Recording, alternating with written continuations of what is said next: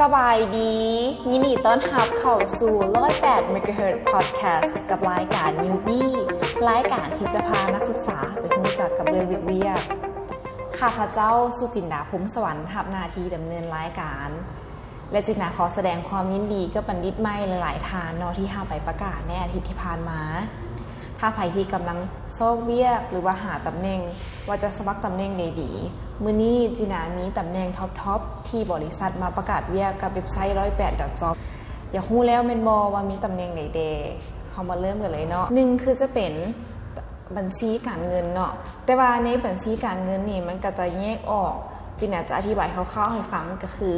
บัญชีนี่จะเป็นเวียกที่เกี่ยวข้องกับการบันทึกเก็บกับรวบรวมต่างๆเนาะและก็ตรวจสอบความถูกต้องของเอกสาร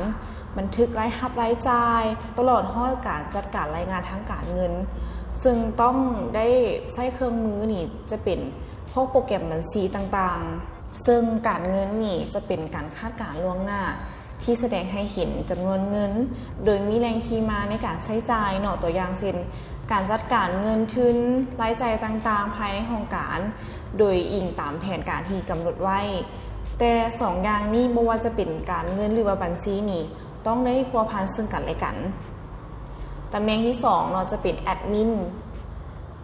นี่จะเป็นเวียกที่มีความรับผิดชอบในการช่วยเหลือหรือว่าจัดการเวียกต่างๆให้บุคคลภายในองค์กรอาจจะมีความแตกต่างกันไปตามแผนกต่างๆเนาะที่รับผิดชอบแต่ว่าโดยส่วนหลายนี่จะเป็นการติดต่อประสานงานจัดเอกสารเลือกเอกสารให้พนักงานหรือว่าสถานที่ต่างๆเนาะที่องค์กรได้พัวพันตำแหน่งที่3แมนเซลและมาร์เก็ตติ้งเนาะจะแยกก่อนเนาะว่าเซลนี่จะเป็นการขายที่จะเบิ่งว่าจะเฮ็ดแนวใดนี่ให้ได้ยอดขายที่สูงสุดโดยเฮ็ดให้ได้ตามเป้าหมายเนาะถ้ามีการเฮ็ดได้ตามเป้าหรือว่าก่ายเป้านี่อาจจะได้เป็นค่าคอมมิชชั่นเพิ่มขึ้นโดยจะต้องมีทักษะนี่ในการแนะนำสินค้าหาลูกค้าซึ่งประเภทการขายนี่ก็อาจจะแตกต่างกันไปตามผลิตภัณฑ์ของเขาและมาร์เก็ตติ้งนี่จะเป็นเวียกที่ต้องใช้จิตวิทยาเพื่อดึงดูดลูกค้าโดยที่บ่ได้ออกมาพบกับลูกค้าโดยตรงเนาะว่าบ่ได้ไปขายโดยตรงแต่เราจะต้องได้มาคิดวิธีเพื่อกระตุ้นยอดขายโดยการเข้าถึงลูกค้าฉะนั้นเซลล์และก็มาร์เก็ตติ้งนี่จะต้องได้พัวพันกันหลายก่อนแผนกอื่นๆตำแหน่งที่4เนาะจะเป็น Project Manager ก็คือแม่นผู้จัดการโครงการที่มีหน้าที่บริหารโครงการและเวียกงานต่างๆภายในโครงการนั้นๆมีการคิดเนาะวางแผนการกำหนดเวียกงานที่ชัดเจนและควบคุมดำเนินไปตามเป้าหมายภายใต้ข้อกำหนดและขอบเขตที่เหมาะสมตำแหน่งสุดท้ายเนาะจะเป็น IT ถ้าเวลาเขาได้ยินคำว่า IT นี่เขาจะคิดว่าต้องแปลงคอมต้องเกี่ยวกับคอมพิวเตอร์ทุกอันเมนแล้วเนาะมันจะใช้เกี่ยวกับทางด้านความรู้ทางด้านคอมพิวเตอร์และก็เทคโนโลยีต่างๆเพราะว่าจะเป็นการจัดเก็บค้นหาหรือว่ากระจายข้อมูลข่าวสารเนาะและในปัจจุบันเองบริษัทและในปัจจุบันเองเนาะบ่ว่าจะเป็นบริษัทหรือองค์กรใดก็ต้องได้ใช้พวกนี้เข้ามาช่วยและในเวียกโครงการนี้ก็จะแยกออกมาเป็นหลายภาคส่วนเนาะ IT จะเป็นโปรแกรมเมอร์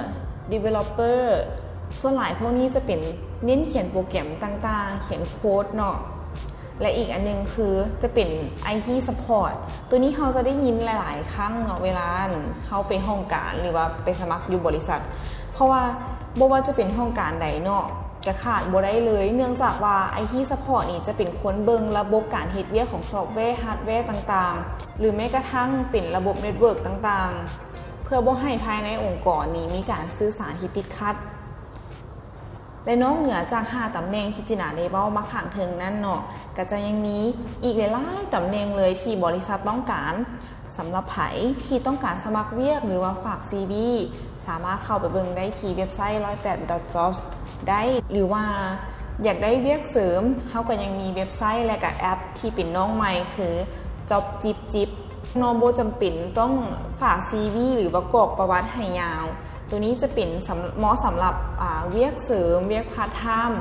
สำหรับใครที่สนใจเนาะก็สามารถเข้าไปเบิ่งทางเว็บไซต์108.job หรือว่าเป็น Job Jip ได้เด้อ ขอบใจผู้ฟังที่อยู่น้ำกันตั้งแต่ต้นจนจบรายการสามารถติดตามฟังรายการนิวบี้กับสุจินดาพรหมสวรรค์ได้ทุกๆวันอังคารบ่ว่าจะเป็น108mh.com หรือว่า108.jobs มื้อนี้จินดาขอตัวลาไปก่อนเด้อสบายดี